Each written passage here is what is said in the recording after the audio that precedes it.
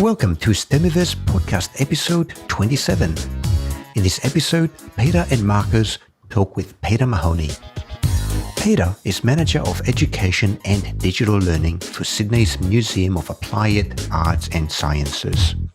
He leads program direction and delivery for the museum's school learning experiences, including Thinkspace and the MAAS Lab, coding and game design. As learning leader for MAAS, a lean startup approach involved staging punk learning design experiments in partnership with young people and school educators, or the co-design of bespoke learning experiments. He initiated Sydney's first Mini-Maker Faire back in 2014, which has since evolved into an annual event. He has a Master of Teaching, a graduate diploma in music therapy, a Bachelor of Arts. Peter's background is performing and community arts. Back in the day, as performer and musician, he toured nationally and internationally with Castanet Club, including the Edinburgh Arts Festival Fringe, and nationally with theatre and cabaret shows. Currently, Peter sings tenor in Sydney Gospel Choir Cafe at the Gate of Salvation. This is Stemiverse podcast episode 27. Welcome to Stemiverse, the podcast that helps educators become awesome at teaching STEM, be it at home or in the classroom. I am Peter Dalmaris, and with my co-host Marcus Schappi, our mission is to bring you the experiences of educators, students and stakeholders who strive every day to make the teaching and learning of science, technology, engineering, mathematics and art better. This podcast is brought to you by Tech Explorations, a leading provider of educational resources for makers, STEM students and teachers. For a limited time only, go to texplore.com/Stemiverse and receive Peter's latest ebook, Maker Education Revolution, a book about how making is changing the way that people learn and teach in the 21st century. Hey Marcus, yeah, we are back with another episode. I think this is 27. Yeah, 27? Wow, well, they're getting on. We only started last month? Oh, is it longer? Totally. Well, I think it was back in March. So I'm having a really good time here, all these amazing people that we talk to. I also wanted to check, how's your Bitcoin going? No, I've got to check. Have you checked the price lately? I bought $400 worth of Bitcoin thanks to our last guest, Kieran. We do a quick pre-trade. I am now using that Australian Bitcoin company, and my $400 is now $429.77. There you go, making a profit already. Great. I couldn't convince the wife to move our entire savings over to the house. Anyway, let's talk about that later. Now we've got a special guest, Peter Mahony from Powerhouse Museum in Sydney, which is one of my favorite museums here in Sydney, and the kids love it as well. So welcome, Peter. Really nice to have you on. Thanks very much, Peter. Hi, Marcus. It's my pleasure. Great. Could you take the next few minutes and tell us about you and what brings you to our main topic for our conversation, which is STEM education as you do it at the Powerhouse Museum? Sure. Okay, so at the museum, my actual title is Manager of Education and Digital Learning. But, really my small but enthusiastic team and I are responsible for all the school's programs. That is what that means. There are 5 of us who work full-time, and then we have a team of about 15, at Powerhouse, about 15 educators who work for us on a casual basis. We have about another 10 at Sydney Observatory, and many of us will also work at the museum's Discovery Centre. So that's the overall capacity. And I've been there genuinely as an accident, because I came there in the mid-90s to do a computer music facility, which was connected with the Real Wild Child exhibition, History of Rock music in Australia, and I've never left, basically. You got trapped. I was on it.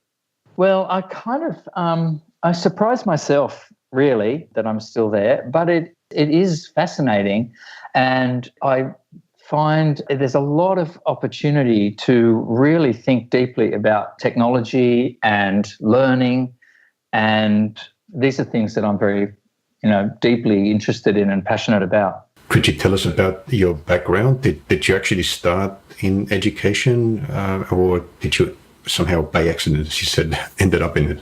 So at the end of last years of high school, they used to do, I don't know if they still do it, but they used to do this kind of test where it was a multiple choice test, and then they were kind of assessing your suitability for different, work roles. That's what that kind of guidance, was at that time. And I did that test, and afterwards they sat me down, they said, you'd be suitable to be like a teacher, and I went, no way.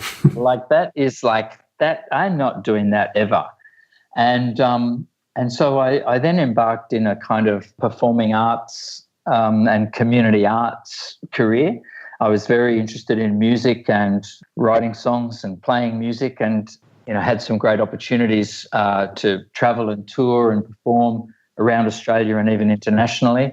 And then in between gigs, because there's always in between spaces when you're a performer, I fell into like teaching people guitar, and I got involved in the Bondi Pavilion's community arts programs, and I found myself going to remand centres for kids and teaching them, rock and roll songs on guitar or whatever it was, and then working with people with disabilities in music programs, and I was kind of enjoying that. I still didn't see it as teaching. And so when the opportunity at the museum came up, I thought, oh, well, this will be just a bit of fun for a little while to do this. An in-between thing. Yeah, that's right. And then over the time, I've realised that multiple choice assessment wasn't actually that far off. I just needed to find my own way to what that really meant for me, which was like, because that wasn't a formal kind of school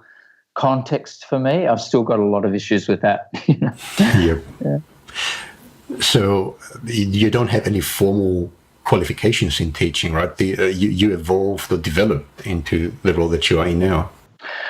I certainly evolved and developed. I've got a Bachelor of Arts degree. I've got a graduate diploma in music therapy, and I do in fact have a Masters of Teaching for my sins. Right. So, but that's happened along the way rather than me planning to do those things. Tell us about what's happening now in your line of work. What kind of teaching do you do? So I don't do as much face-to-face teaching these days, although I still meet people who say, didn't you show us how to do a music video with Sony Acid and Vegas like 100 years ago? And indeed, I did that for a long time and things like that, and literally have taught thousands of kids in the museum context, and not only school groups, but also vacation programs and that kind of stuff. The teaching that I tend to do now, the front-facing stuff tends to be with teachers. For example, I'm liaising with some teachers, Debbie Evans she's now at Bondi Beach Public School, and we're organising a teacher. It's not quite a teach meet, but it's a bit like a teach meet, and that'll be on Saturday week at the museum. So the museum will host it, and we've got a range of teachers presenting, and I will give a short presentation as part of that. For our teachers who don't know what a teach meet is, what is a teach meet? Please pick me up on any jargon if I have any. So Teach Meet is basically teacher-run, free. It's like a meetup group for teachers essentially, but it's not regular like a meetup group. It's occasional. So anyone can run a Teach Meet. Most people will pick a topic for the Teach Meet. The next one we're going to run on the 23rd of November is probably, I think, Teach Meet Interactive, which will be at the museum. So you pick a topic, you then post a Google sheet with some time slots in it. You then promote it via the Teach Meet website, and teachers then will propose ways to fill. They're probably 7-minute, and you might have a combination of 3-minute and 7-minute slots. So it's free. It's teachers sharing practice and things that are of interest, and then often there's socialising and going for a teach-eat afterwards. Right. It's kind of like bar camp for teachers with lightning talks. Yeah, that's right. Yeah, it's a sort of petulantia or and they're all many and varied. Like sometimes they're in a school. There's been many that have been run in pubs, libraries have had them. All kinds of community settings for them, and they're a great opportunity for teachers to just kind of like think in public about their work and get reflections back from others, and also share some experiences that might have been successful for them. So how has your teaching these days changed from when you first started? Well, when I first started, something has remained the same, I suppose, that my primary focus is on skills rather than content. So I, when I was running, music production or video production experiences, there might be connections to exhibition content or collection content for some people. And for example, the first lab I started in was a MIDI lab, and that related thematically to the Real Wild Child contemporary popular music exhibition. But quite often, kids were coming just for the skills that they would learn. Like at that time, these technologies were just sort of breaking through. They weren't that regularly on everybody's laptop. They weren't regularly in every school, and not all teachers were au fait with them yet. So the approach was always very much about what do you want to do? What do you want to make? Here are some tools that might be useful, and that stayed very much the same. I think what's changed a lot is attitudinally, I'm much more about providing the maximum amount of choice in the experiences that we provide for the young people. I think previously I used to scaffold things quite tightly, so it was a step 1, step 2, step 3 kind of thing. Now my approach is much more, I want to create a space or an environment or present some affordances, and then really collaborate on what outcomes are going to come from that. And how do you do and prepare for that?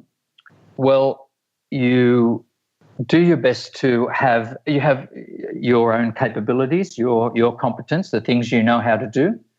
And so there's a backbone of your enthusiasm and your confidence to deal with technology and to take it in places that you might not have taken it before. And then the second thing is about the open-mindedness, which is something that we really try to practice.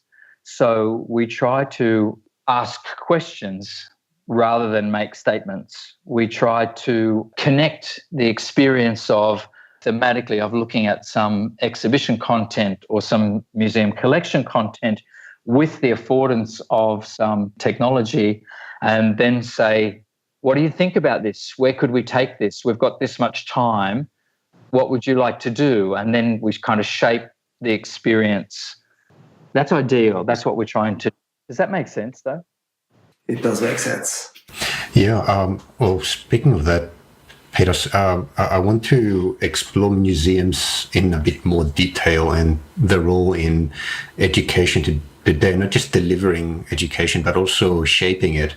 So I suppose there's two parts of my question. The first one is, in general, how do you see museums changing over the last decade and going forwards? And I say that after visiting museums such as the Exploratorium in San Francisco and of course the Powerhouse Museum in Sydney, which are kind of like unique in their own right, very hands-on places, a lot of science, but also arts and things of that sort. And then I also like to explore specifically what is the Powerhouse Museum doing in Australia, not just in STEM, but in the way that it's shaping and influencing education. So I love the Exploratorium. I've had the opportunity to visit there twice, once since it's been down on the wharf in San Francisco. And One of the things I really love the most about the Exploratorium is about halfway along the wharf, you come to the tinkering studio on your right, and on the left is the actual workshop where they build the interactives for the exhibits. So to me, that's really beautiful. I love the idea that you can, first of all, look in and see these lathes and saws and all these kind of amazing machines, sometimes being operated, sometimes just being there. And you can wonder when you are experiencing one of the interactives, what machines were used to build the elements of that interactive, but you can also go into the tinkering lab and actually build your own interactive or your own project or model. Could you tell us, for our listeners that perhaps haven't heard of it, what is the Exploratorium? Sure. The Exploratorium is one of the world's best science centres.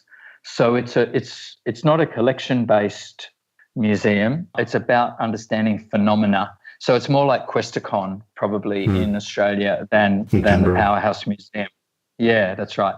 So Questacon is all about, push this, drive that, turn that on, see what happens, interact with that phenomena. And the Exploratorium is also that type of a place where you get to learn by doing, I suppose.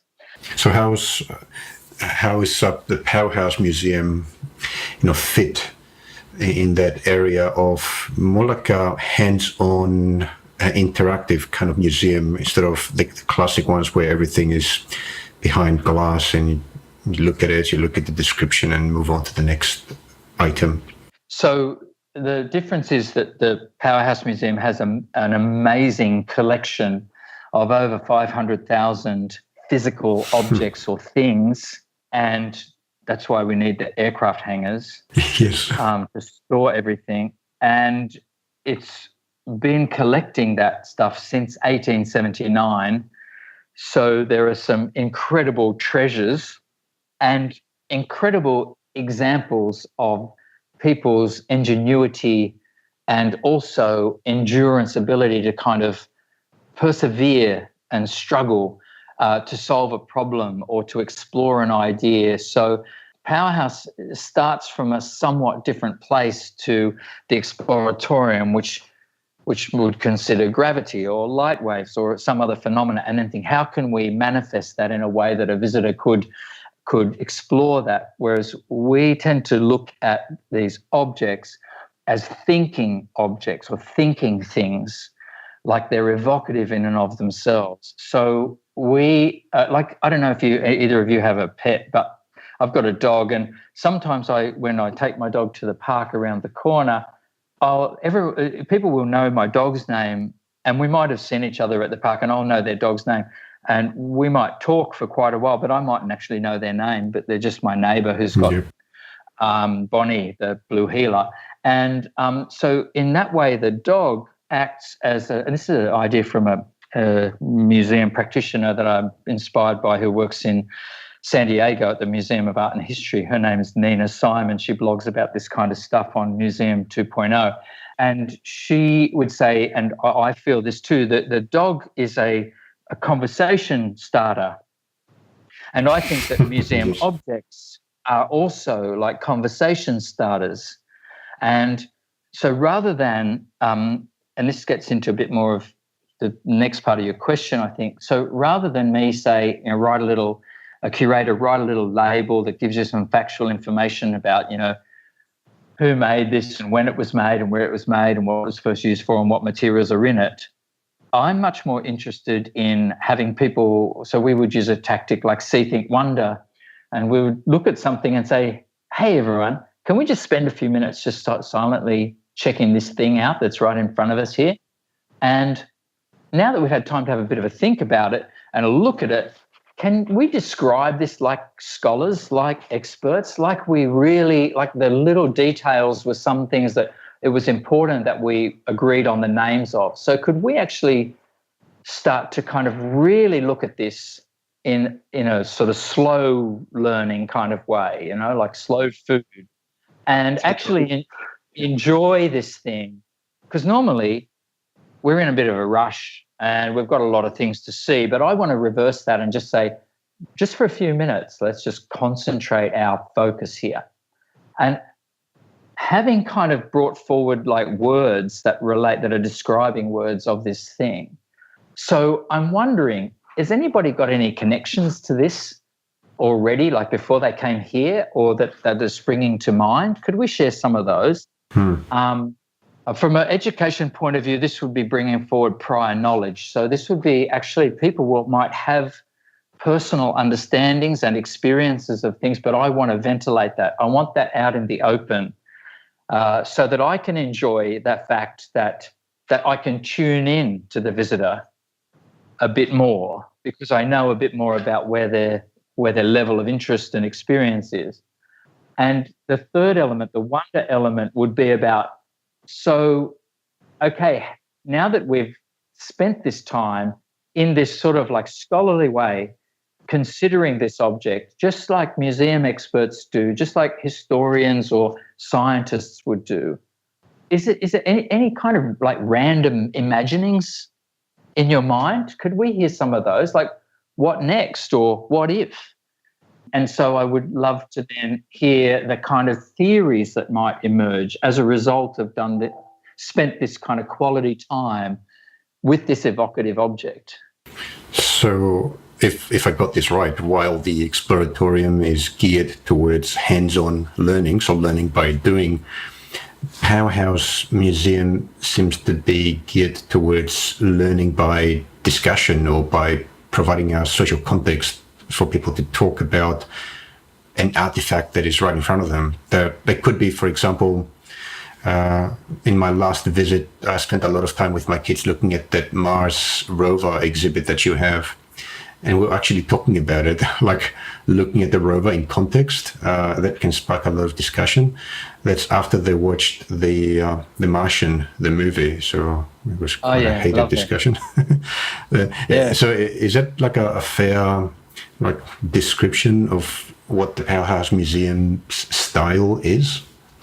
Yeah, I think that's a really beautiful illustration of what I'm trying to talk about. And we would, when we're doing it with school groups who book in, we would use the phrase mediated dialogue. So we understand that, and people will often expect us to know a lot about the things. And to be honest, we know a lot about some of the things and not so much about other things, because there's a lot of things. 500,000. But 500,000. Yeah. But that's not the point. The point is that together we might have a conversation that will never happen before and will never happen again.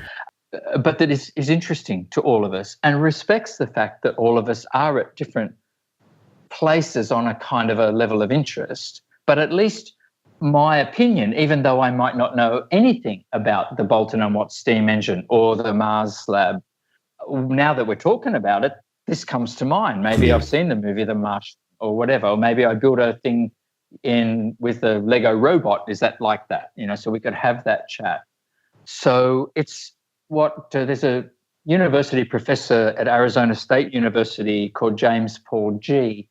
He's a linguistics professor, but he's very famous for writing about learning and games. And he would talk about a game. He uses World of Warcraft and he used SimCity, but I'm sure he would apply it to Minecraft and other things. And he uses the phrase passionate affinity space. And then he describes the learning attributes of a passionate affinity space. And an online game is often affording those kind of like positive attributes. For example, you can come and go when you want. You choose to do it or not to do it. You can come in at a low level of skill and just kind of lurk and observe, or you can be a like super high expert. And at either of those points, you might find yourself helping somebody else out or being involved in a conversation, and there's the hierarchy can be quite fluid in that situation, because I might only know one thing in Minecraft, but that might be the thing that someone asks. So he kind of I kind of think at its best, that's what the museum experience can offer. That kind of thing of feeling, pursuing my interest, feeling a part of something, engaging with ideas, what Seymour Papert would kind of say, it's about falling in love with ideas. That's what he would say education is about. Yeah. Do you have any more of those awesome ninja, I guess, mental mind concepts? Like you had look. Oh, yeah. So See, Think, Wonder. See, Think, Wonder. Thank you. Yeah, I do. But I'll take you to the mother lode there. So these come from Harvard's Graduate School for Education and a major project which has just celebrated 50 years called Project Zero. And one dimension of Project Zero, which is called visible thinking routines.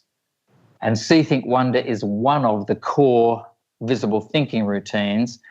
And it's there's a visible thinking Sydney teachers group now that only started sometime last year, and we participate in that. And we apply the routines as a kind of tool set to driving these mediated dialogues. Most teachers would know Think, Pair, Share. Think, Pair, Share is one of the core routines. But another really great one is What Makes You Say That. They're very simple ideas, and there are some which are about opening up creativity, like Step Inside. Like if you were the Mars rover, what would you see? How would you feel? What would you say? And there are others that are more about, I said they're beautiful. It's beautiful work. And it's kind of come from the classroom to the university and then captured and consolidated at the university, a little bit of branding, a little bit of theorising to develop it, and then pushed back out to the classroom again. Brilliant. We'll have to check it out. So these routines are the worksheet killers that we need to always be putting forward to teachers for alternatives. So what do you mean by worksheet killer? Still very popular, but I'm going to just say I think a kind of a lazy approach is to make sure when all your kids come to the museum visit, they've got a worksheet with 20 questions on it where they're going to have to find this and find that and find out that about this and that and write some stuff down. And then you'll kind of have a sense of like maybe they've learnt something because they've filled in the worksheet. And after like literally 20 years of sweeping these things up on the floor, I just know that that's not what helps learning for most kids. And so I know it's harder to sort of slow down and spend the time actually engaging with young people. It is, it is. It's sometimes I have to really kind of say, go and do it. Because it is harder work, but I'm interested in actual learning. So I have to be committed to that approach. So these strategies are what we recommend to teachers to consider as their way of optimizing the museum experience for learning. Awesome. Well, that opens up a lot of questions. I'll ask you a simple one, Peter, and then we'll try to find a way through whatever comes back. Where do you think education is heading? Gee whiz. Bloody hell. Just to lighten up a little bit the discussion. Yeah. Yeah, gosh. And you can contextualize it. You can say in Australia, you can say globally, you can say in the context of STEM. I will leave that up to you, but I just want to know, for somebody in your position with the history that you have and coming in contact with a lot of teachers, a lot of students coming to the museum, a lot of educators, what is your sense of where things are going? There's technology changing constantly, pedagogical methods, governments come and go and they change things constantly. Where does the whole thing go? Which shares should I buy? Should I buy STEM shares, Steam shares, Steam Plus? So I'm confused. Well, understandably, it's complicated, right? Yeah. And I don't think I know the answer, and there's no one answer. Yeah. Some of the things that I think are quite encouraging are the drive towards authenticity that I hear about a lot, and I'm very interested in trying to kind of work with. So, science teaching is one of the tricky areas because, so we're involved in a research project that's happening out of Melbourne University, and there's a lot of information up on the website for it, but it's got a long name. Here it comes: Innovative Learning Environments and Teacher Change. Now, this is a 4-year ARC linkage project, and it's got heavy-hitting academics like John Hattie and Wesley Imms who are driving this project. It's a collaboration between the architecture or built environment department and the education department. So that's at City Uni, right? That's at Melbourne Uni. Melbourne Uni, okay.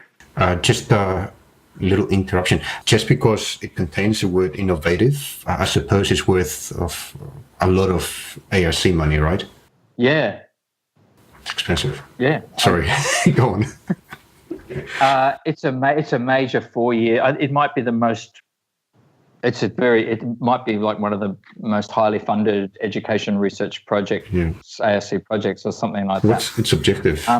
I have to go on the website to give you the exact objective, and it's iletc.com or something. But what I would say about it is, in my description, it's about so everyone knows teaching is about relationships.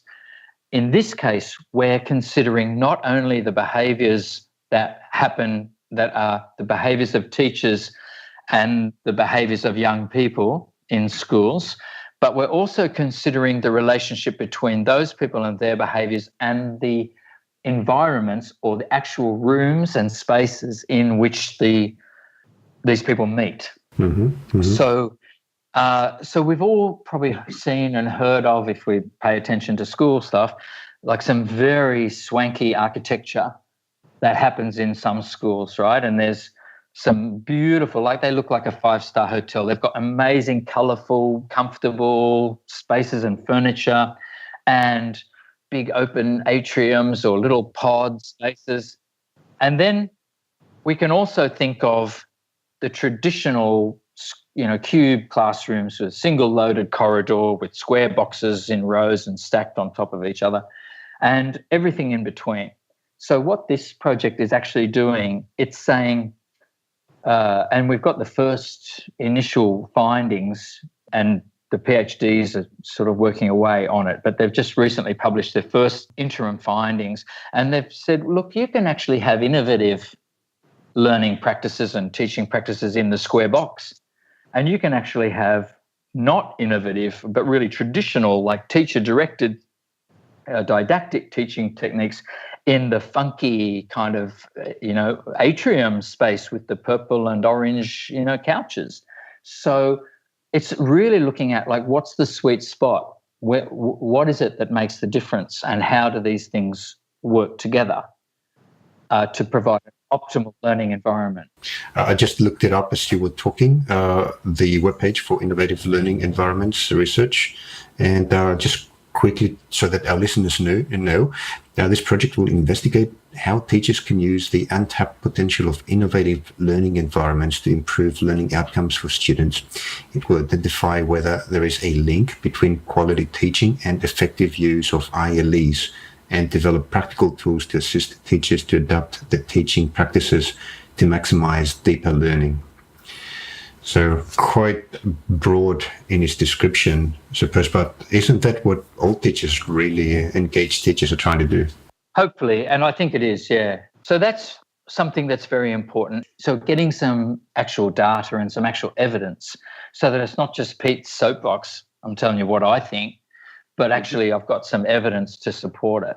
And that's really what that project, and the museum is a industry partner in that project. So we're both a site where data is captured, and we've had Ethel Villafranca, one of the PhD candidates, come and do observe our educators working with school groups in the museum and done interviews with them and with the educators as well. And we've also attended and participated in forum sessions where proposals of PhDs, etc., have been discussed and presented and debated. So it is quite a great opportunity for us. I got onto that riff, I think, because your question was too hard. And it's all good. I thought it was an easy one. Yeah, look, I personally am drawn to the kind of project-based learning approaches, PBL. I'm specifically interested in project-based learning rather than problem-based learning. I do prefer a transfer of responsibility and ownership from the long-suffering, hard-working, undervalued teachers of our world onto the young people, because I think that we've got ourselves into a bit of a habit as educators of feeling we need, through our needs, to have everything very tightly set up and scaffolded and structured. And of course, we have obligations to the curriculum, to the kids, to the horrible high-stakes exams, to the parents. We do have those legitimate obligations, but I feel like in our over-administrative, burdened lives, we're not leaving enough of the learning with the kids. So, and those are things that move in that direction. So making the learning intentions really explicit. Say, look, over the next 6 weeks, we've got to, here's what the curriculum says we've got to do. And like, we've got to understand all these things about the French Revolution. So, like, we've got these many hours of time together. We've got these resources. We've got the internet. We've got, okay, let's quickly design together how we're going to get there. Yeah. Or what if I pose a big question like around the French Revolution to you that's not a closed question, and give you some creativity in the way you respond to it? I favour personally those kinds of approaches. So the student then will have to learn proactively by doing research using those resources instead of simply following the curriculum. Is that what you're saying? And is it perhaps the target of real education, moving away from prescribed curricula more towards student-led, research-led, or project-led education? So it's about that authenticity. So it's about having purpose, choice, and ownership over the work that we need to do. That's righteous work. It's got to mean something to me. And I'm a fussy eater. Like, I was not a great kid at school. I was disengaged from school. So I struggled to get through. So I feel kind of quite passionate about trying to respect the young person, their individuality, their right to have a voice in how their days are being spent, like hours and hours of their lives. So when they come to the museum, I want them to think and act like a curator does, like a professional does, like a historian would, like a scientist would. Let's analyze this. Let's hypothesize what that's for. Then let's try and find some information. And it's not just me spouting it out. And so I try to, and my Twitter handle is Verge of Peril. I try to remind myself every day to try to spend as much time as I can at the place where I'm not completely comfortable, if it is offering other people more agency. Now, you asked about STEM and that stuff. Oh, before we launch into STEM, I just wanted to ask about design, which is, maybe we should start calling it STEMmed. So design could be included. Oh, design, yeah. Because design plays such a big part of MAAS, well, I would imagine, from looking outside in. How has that impacted the way that you guys do your PBL and get your content out there? Yes, design is a beautiful way of thinking about how to respond to both opportunities and needs. And it's a lovely process that we can apply very flexibly. So I like that two-diamond approach where you start from a particular identified need or an opportunity, and then you go, You go out. You're thinking about what are all the things that I can find out about this to get a really good, strong context, to get a broad understanding of what this issue really is, and then bringing it back in again to a possible point at which I'm saying this is a prototype now, and then to actually test that prototype, and then to test it as broadly as possible. So to go out again wide a second time and get real world feedback on what I thought might be a good approach and further refine that. What exactly is design, if you could define it, if at all possible? Sometimes it confuses me. It's got something to do with aesthetics, with the shapes of objects. It could be products. It could be art. It's not exactly art, is it? It is not art. Applied, yeah. I'm just putting it out there as the dude who did the Masters of Design Science. Please don't call us artists. What's your take on that, Peter? Why? Like, I can understand what mathematics is and why it fits in STEM, but why should the design, be in STEM? Okay, well, we haven't gone with STEM at MAAS. We've gone with STEAM. Yeah, that's where the arts is clearly. So we're the Museum of Applied Arts and Sciences. So if we were to go with STEM, I'm not sure that we would be optimizing the opportunities of both including people as the widest possible audience participation in interest with the ideas that can be developed through and by our collection, and also it wouldn't necessarily, it wouldn't cover the full spectrum of what we're doing. And I would suggest that design might fit in as a sort of, could I argue it was an applied arts practice? Mm-hmm. I don't know. Anyway, that's an applied art. So the museum's gone with that, and we actually have a Centre for STEAM, which is a national centre where we've got a range of activities and efforts and events which seek to bring forward that idea. So, for example, we've done.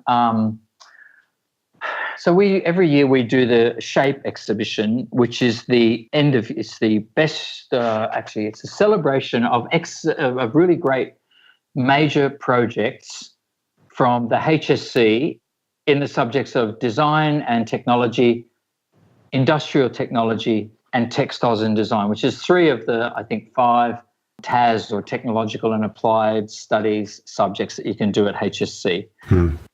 There's a food technology and agricultural technology.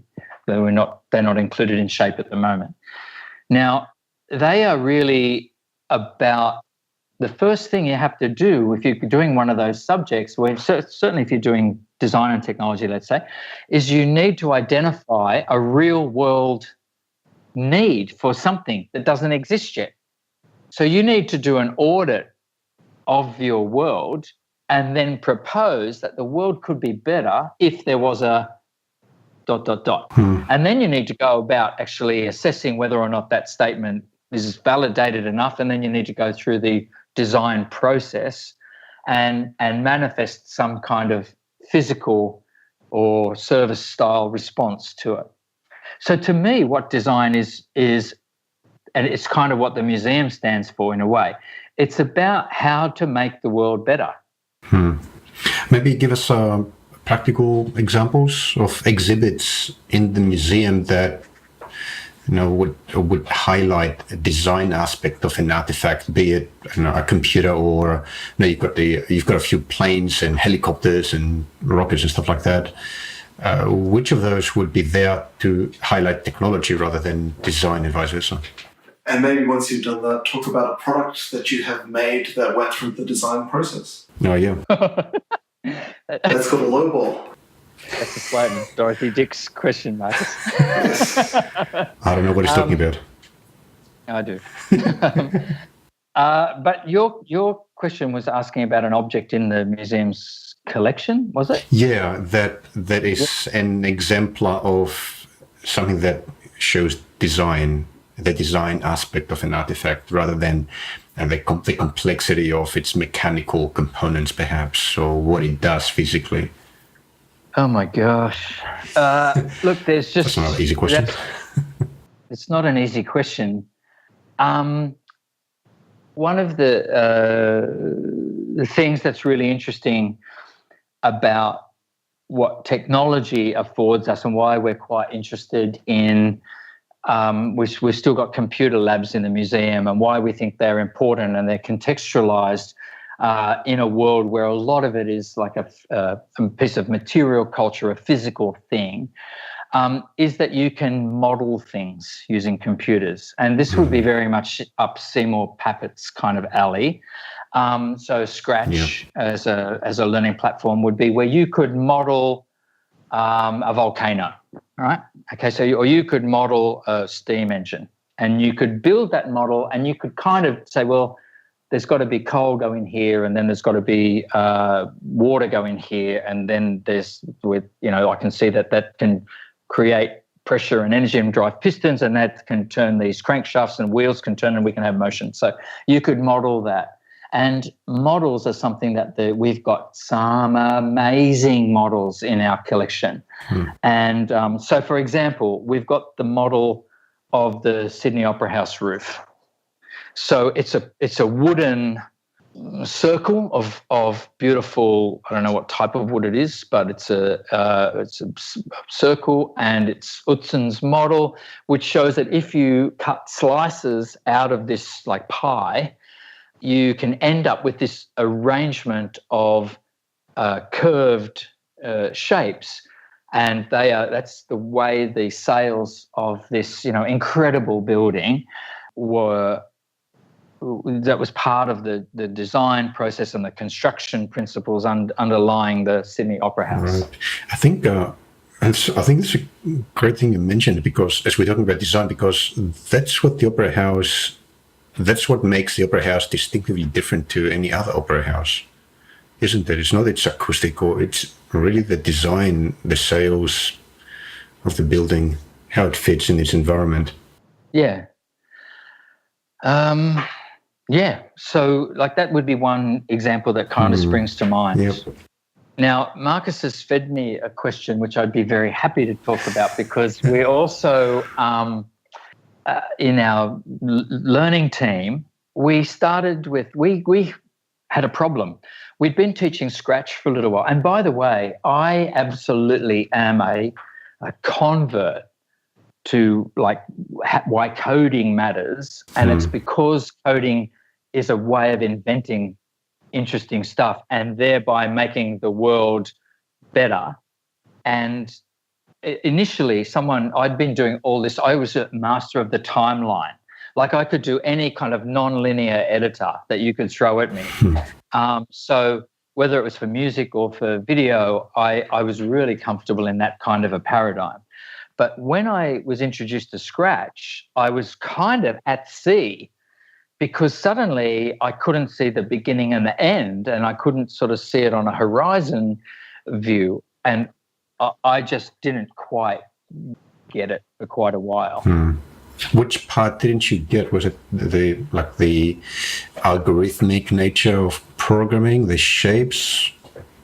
What blocked you? It was the rules, the kind of, it was algorithms really. It was this way that I can set up this little set of rules that will respond in this way, and then if I put an input into that, I can then ask it to express itself in this way. And so that was much more modular than I was used to thinking. Right? So it took me quite a while to get on board that train. And it was only once I started making lists for music in Scratch and understanding that, whoa, I can kind of get scales happening as a like little function, that I really started to go, I get this. This is awesome.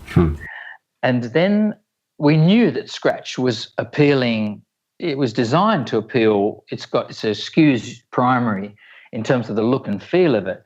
And I knew about other programming languages, but I didn't have the skills. And a colleague came into my team, James Oliver, and he's a like code Nazi. He's awesome. Like he could code in any language, and just deliver like some incredible, beautiful project. If you asked him, so I kind of said, so what's another good language? And he said, look, there's a lot of energy in Arduino. A lot of people are building fantastic projects with Arduino. So that would be a good one to try.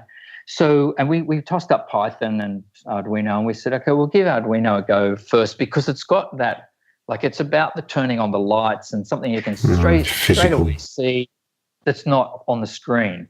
So we went that way first. And so we just kind of dived in, and we bought a stack of LEDs and resistors and breadboards and some hookup wire, and we just jumped in with Blink and said, hey, we're going to do an Arduino course. And everyone went, oh, yeah, that sort of belongs at the museum. We'll sign up for that. And then it was really hard because there was logic faults galore. So we were working with kids, and they were following along with the first examples just to hook up an LED. And we've got 15 or 16 kids doing this at the same time, and it's new to all of us. And before we could get to like where it starts to get fun, like you can really play with the LED, there were these dumbass logic faults, so the wire's in and it looks perfect. The circuit looks absolutely perfect, but it's not working, and you'd pull the wire out and put it back in and it wouldn't work, and you'd take it out and put it back in and it would work. And you go, what's with that, man? That's hard. So we did that for a little while, and we all agreed we could do with some scaffolding here.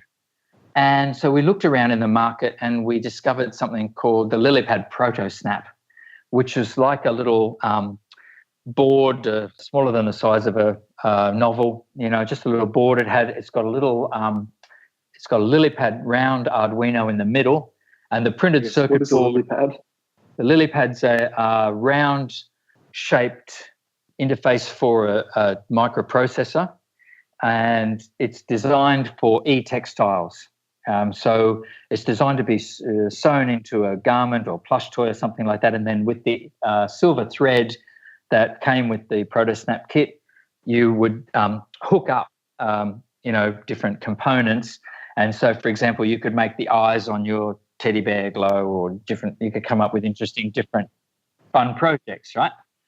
But in its ProtoSnap format, it was designed that you would first plug it in and learn to code the buzzer and the LEDs and the variable light resistor and these different components on the board. And then you would snap the board into its pieces and then reconnect it using the silver thread into its application, right? It's a very nice model. But what we liked about it was it kind of had a little laboratory of Arduino coding activities built in from the word go. So you already had your circuit built, but then you weren't limited to that circuit. You could then release the pieces from the snap board and go on and build your own project. So if I understand right, what you liked about this technology was that there was content that the students could actively engage with that didn't require all this wiring and hooking things together that caused so many problems with the barebone Arduinos. Is that right? Mm. Yeah, that's correct. Right. And it meant that we could get a certain level of competence and confidence with coding, so that you weren't doubting everything in the system when something didn't work. You could kind of say, okay, I know that code works because I've run it in a working system. So there's got to be a problem with the circuitry, which is a very different starting point to it's not working and I have no idea why. So you identified the need, which was breadboarding sucks. It's hard to do. You can get a lot of mistakes there. You wanted to get to the point where, for beginners, you just focus on the coding. So how then did you go about, building your product, which is a daughter board for an Arduino that takes all these hassles away? And how much design did you put in it? How did you apply the principles of design in building that product? So I'm sure you I'm sure you got it right the first time and you only made one product. Perfect. Version 1. Yes, exactly. Because we're geniuses, So it's about 6 years of trial and error. And we were lucky that we had some colleagues in the museum who were confident with circuit boards and actually, had a little oven. The museum's had a few changes since then, but we had someone who could bake a little circuit board for us. And so we drew a little line drawing of something that was a much more limited version of what the LilyPad ProtoSnap had offered us. And we made 3 and we tested it out. And basically, I think we've had 6 iterations of the board since then. And we've now got a thing called ThinkerShield. The ThinkerShield. Yeah. Yeah. So what's great about the ThinkerShield? What's great about the ThinkerShield is it is the most reliable and robust, ready to use in the classroom technology platform for learning Arduino that we've been able to find yet. Would you say it just lets you get on with it? And together with our guidebook that goes with it, it really means that you can straight away get doing. And so we've called the whole project Get On With It.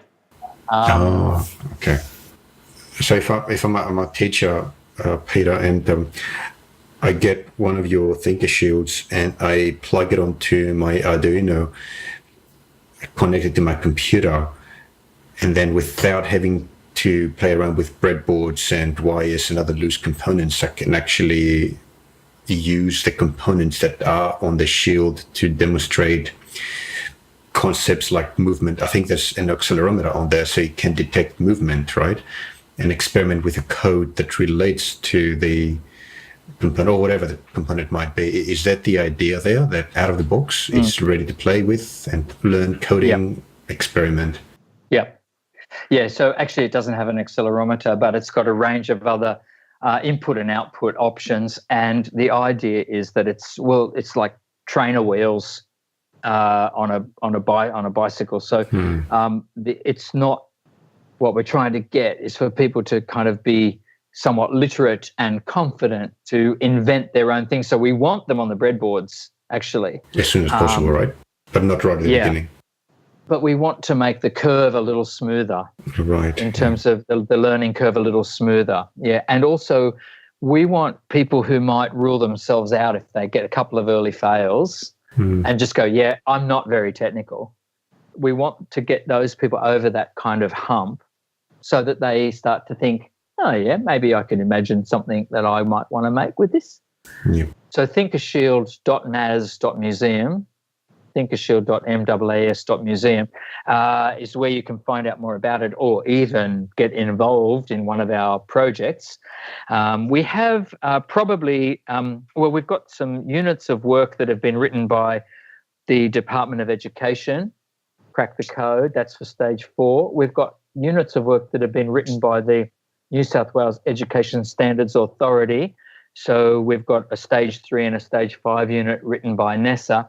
And so there's beginning to be some support for this application in classrooms. We've got some philanthropic funding to enable us to help you out if you're a school that could do with some financial support to get this across this. And we've also got NESA-endorsed teacher professional development, so you can get up proficient hours, endorsed hours as a New South Wales school teacher if you come and do one of our training courses. And once again, we don't think all schools should get ThinkerShields, although that would be great. We just want to this has worked for us and maybe it will work for you. Yeah. Right. If what you need is Makey and Ozobots, cool, go for it. But for some people who want to do syntax-based coding but actually manifest real-world projects, Arduino is a good choice. And if you're going that way, we think this is a helpful thing to consider. So what age is this appropriate for? Or what stages, rather?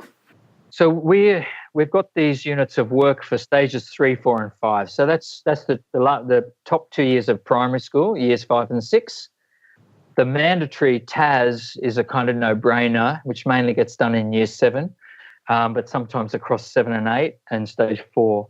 And stage 5 have the options if they're looking at a design and technology and industrial technology pathway, or perhaps if you're thinking about your computer software and computer engineering subjects, then it can be quite, it would be worth considering for those areas. We're most interested, of course, in can we get it across curricula. So any school that was wanting to deploy it within a project-based setting where you maybe had your history, your maths, your English, and your PDHPE classes wanting to work together with your computer classes on this, we would go, yeah, baby, let's go with that. Great. Well, I think we need to, because I'm just looking at the clock, we've just hit an hour, Peter, so there's so much to talk about. But I'd like to just start wrapping it up with a few closing questions.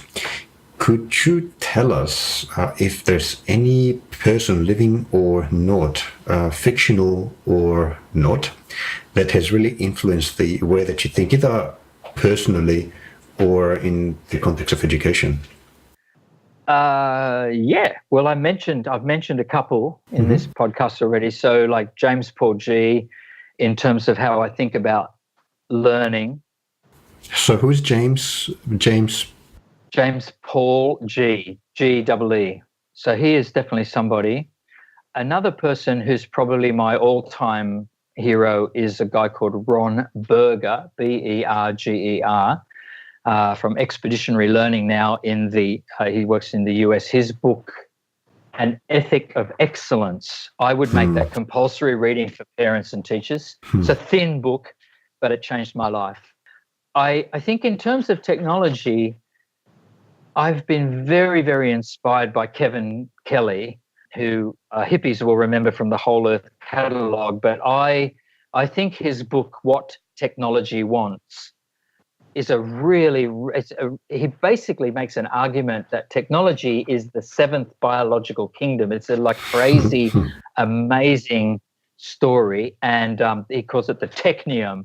And like that is a brilliant, interesting riff of a book. And he really is about, each of us have only got to make the world a little bit better for the world to get a lot better. Yeah. So he's a real optimist and he's really inspiring. Yeah. And in the museum world, I've mentioned Nina Simon. She's definitely one of my guiding lights. You know, she's written a lot about really socializing the museum, and she's got a couple of really great books. But the last book is called The Art of Relevance, and that I really am trying to pay attention to her guidance in that book, because I feel like in a world of increasingly immersive, recreational and entertaining options, in a world that's going headlong into the visor or the mixed reality kind of space, and we're still very much enculturated into the high art form of Hollywood cinema, museums can feel a little bit underwhelming sometimes. So people like Nina Simon really remind us that we can be immensely powerful as long as we sustain that personal relationship to the ideas, to the struggles. So she's really awesome. There's another woman, she's got another American academic who I really find very inspiring.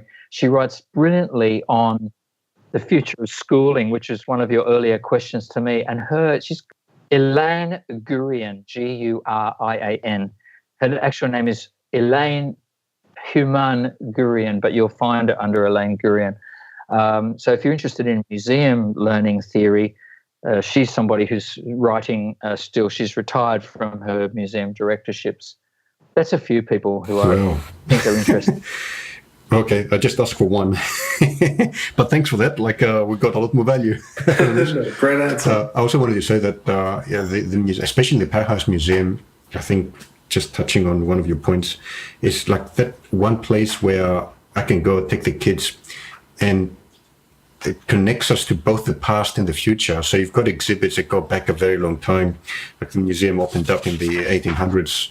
1879, and then there's all futuristic space technology and computer technology, like all future stuff. So that's one of the few places that can actually do that really well, and Powerhouse Museum is one of them. Thanks. We're trying. So thank you, Peter. It's been my pleasure to talk to you guys. Thank you for the opportunity. It was amazing. Thank you. So if people want to get into contact with you or want to do some PD with yourself at MAAS, how can they get into contact with you, and what websites and Twitters and what have you should they visit? Sure. So the museums, we've just refreshed the learning section of the website, so please critique it. So that's maas.museum/learn. You can contact the amazing learning team, and really it's my colleagues who make me look good on most days of the week, but you can get us all as a group on learn@maas.museum. And if you want to hit me up on Twitter, I'm at Verge of Peril. Wow. Is it one word? Yep, one word. We'll link that in the... Great. Thank you, Peter. It's my pleasure. That's all for this episode. If you have any questions or suggestions, please send them to our email address, questions@stemiverse.com, and we'd be happy to answer them. Do you want us to interview someone in particular? Let us know. Visit us at stemiverse.com to get the show notes of every episode. And subscribe on iTunes by searching for the name of our podcast, Stemiverse. That is STEMIVERSE. Thanks for listening, and we'll see you next time.